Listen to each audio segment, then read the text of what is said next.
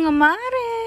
Kahapon nga dumating si na Papa Choy, dala nga yung binili naming gate. Second hand lang to mga mare, pero pwede na nga dito sa gate namin. Paano ba naman pag nagpagawa ka ng bago sobrang mahal yata? Nakita niyo naman siguro mga mare, yung gate namin nagawa lang sa yero. Habang ang gumagawa si na Papa Choy sa labas, kami nga ay tamang tambay lang dito sa kwarto. Buti na nga lang kahit nga maingay si na Papa Choy, nakakatulong nga itong baby. Abay, hindi talaga makitang itutok sa kanya yung cellphone, talagang tumitingin siya. Ayan nga yung panganay ko na pagbawalan niyang gumamit ng cellphone, kaya nakatambay dito sa kwarto namin. Buti na nga lang nung hapon natapos din si na Papa Choy sa pagkabit dito. Buti na nga lang marunong nga si Papa Choy mag-welding, tapos nga yung barkada niya isinama niya lang. Hindi na nga kami napagastos sa labor. Mura nga lang nabili ng Papa Choy itong gate namin. Buti na nga lang naunang bumili ang Papa Choy dito sa gate na to dahil dami-dami daw ng hahabol. Akala nga namin mabubulilyaso pa dahil nag-iba yung isip ng may-ari. Pagkapayag na nga nila nung binili na Papa Choy to, agad-agad nga kinalas nila doon sa gate, tapos nga inuwi dito sa baryo. O kita nyo naman, hindi na nga yero yung gate namin, totoong gate na. Pagdating nga ng hapon pala mga mare, pumasyal kami sa kwarto ni Tita Pink. At nagpapakitang gilas na naman ng babing to. Tingnan nyo naman, malapit na talagang dumapa. Abay, naiinis pa talaga pag hindi niya nababalik yung katawan niyo. Kakahabol talaga sa kamay na to mga mare, talagang hindi malayong makadapa itong baby na to. Diyos ko tong 2 months ka pa lang, wag mong masyadong binibilisan. Dito nga kami sa kwarto ni Tita Pink natulog ng hapon. Medyo maingay nga kasing gumagawa si na Papa Choy, kaya lumipat kami ng kwarto. Agad din naman natapos ni na Papa Choy yung gate. Ni-repair lang naman nila yung lalim, tapos nga nilagay dito sa gate namin. Tapos kaninang umaga nga 6:30 na nga kaming tumayo. Naku mga mari, basa nga yung damit niya dyan. Paano ba naman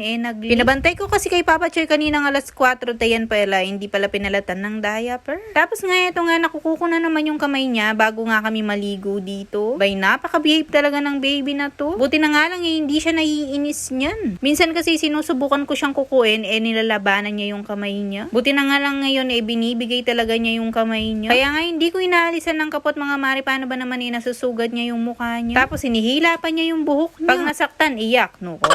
Kita niyo naman mga mare, dahil hindi agad nagising kaninang umaga nakamod yung baby namin. Hindi ko nga alam saan pesto dito mga mare, paano ba naman nangangawit ako pag kinukuko ko yung isang kamay niya. Akala ko nga ipamuryot na siya dito din mga mare, buti na lang natapos ko pa yung isang kamay. Tapos pala naiinitan yung mukha niya dyan, kaya linagyan ko ng tissue. Abay, akala ng bata pagkain, kaya yan nakanganga. Pagkatapos kong nakuko yung kamay niya mga mare, nandito na nga yung araw dito sa kwarto namin, kaya yan tinanggalan ko ng damit. Kaya ito na nga lang yung pinasuot kong damit sa kanya kaninang umaga mga mari, para nga madali siyang alasyan at madali siyang ipasuot. Pag kasi pinasuot ko pa siya ng t-shirt mga mari, pag dumaan dyan sa ulo niya nagagalit siya. Sinubukan ko pa nga siya ng padidein dyan mga mari, akala ko nga'y nagugutom siya. Abay, ang baby na to niloloko lang ako. Tingnan niyo naman, sinasayang niya yung gatas niya. Mga 10 minutes ko yata siyang pinaarawan dito, tapos nga nagmuryot na. Sabi ko ipaliguan na namin. Sinubukan ko siyang padidein mga mari, dahil nagmumuryot na nga at yan pala'y gutom. Niready ko na nga yung bihisa niya dito sa side mga mari, para nga mapaliguan ko na. Pagkatapos ko nga siyang pinadedi dito naligo na din yung baby, tapos nga pagkatapos niyang naligo nakatulog na. O siya mga mare,